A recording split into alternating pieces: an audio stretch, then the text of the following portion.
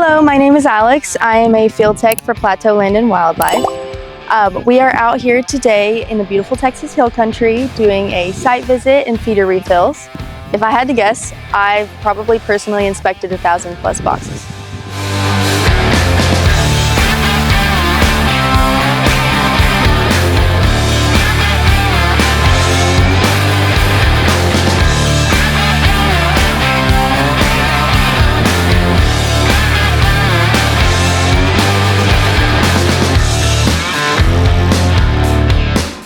A lot of the times my day consists of a lot of hiking and walking and sometimes crawling and locating boxes that are often not easy to see.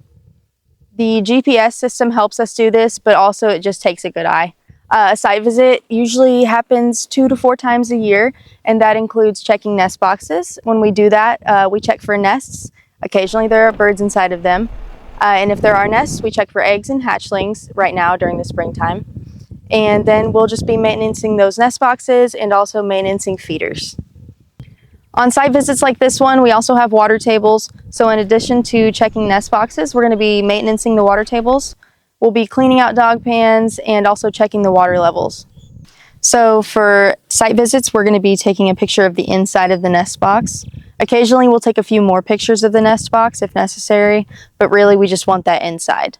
Having nest boxes out on your property is a qualifying activity for shelter for wildlife. The data that we collect on our site visits gets sent to our team and double-checked for errors.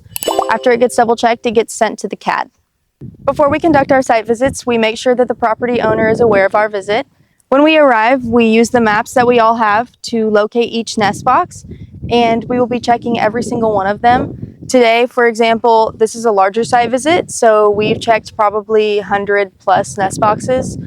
We check every single one that is put on the property. Maintaining the boxes includes cleaning out the boxes. Many a time there will be wasps in the box, so we take care of them. Also counting hatchlings and eggs, and then listing the contents of the nests if there are some present.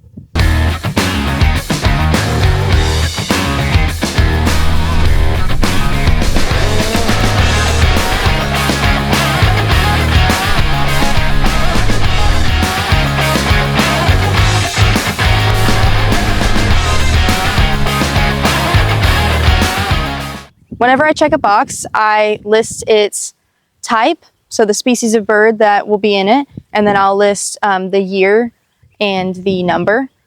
Those are all just specific things that we use to keep track of them. And then I will list whether or not there's a nest present, whether or not there's eggs or nestlings present, if there is a nest present. If there's a nest in there, this may include grass or cedar bark or moss. Most of the time I am pressing wasp nest on that option because there are a lot of wasp nests. And then I will list whether or not the box is functional or if it needs replacement, and then I will move on to the next box. In this part of Texas, we're targeting species such as bluebirds, chickadees, titmouses, and wrens. When inspecting nest boxes, if I actually do come upon a nest, I have to be very diligent about how I go about checking the nest and the contents of it. So usually I'll have a nail with me, and I'll use the nail to move the contents around just a little bit to see if there's any eggs or nestlings in there, and then I close it right back up and move on.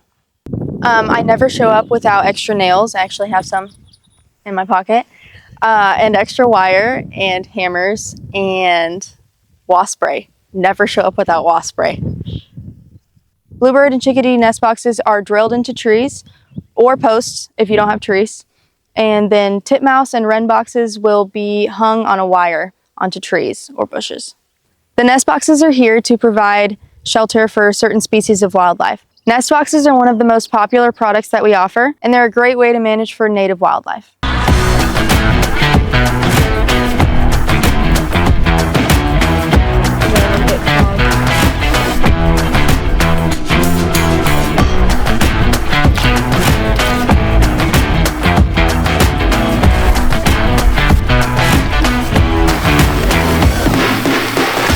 Sometimes a perfectly good nest box has to be taken down and possibly relocated because it's not in the right spot for the certain species of bird. A lot of the time this looks like putting them too close together. Usually we like to do a standard procedure where we place them at least 200 feet apart. that ensures that the birds aren't interfering with each other, especially if they're the same species. Inevitably, the nest boxes do get old over time with repeated use. So whenever the panels have started falling off of them, or maybe they get lost, especially if they are close to a water source and then it floods, we have to replace those to make sure that the client stays in compliance. We've checked a lot of nest boxes today. On this specific property, there's about 30 lots and 6 nest boxes per lot. On my routine checks today, I've noticed a lot of eggs, a couple hatchlings in a few of the boxes, and then we also found a deer shed, an antler shed outside of one of our wren boxes, so that was very exciting. I've had a couple birds fly out at me. It never fails to scare me every time, so that's great, but I love it. I live for it. The best part of this job is freedom. I feel like a kid when I'm outside, and so I feel like a kid 4 days a week, 10 hours a day. My favorite species to find in a box is a titmouse because they're a little bit shy and they don't let you know they're there until it's too late and you're just facing each other. And they're very cute. Opening a box and finding a successful nest, especially with nestlings, is the best feeling ever. I remember the first box that I found with nestlings in it, and I just was in awe. I had to take a video. Thank you so much for watching this video, getting some insight into what we do on a usual site visit. Subscribe for more.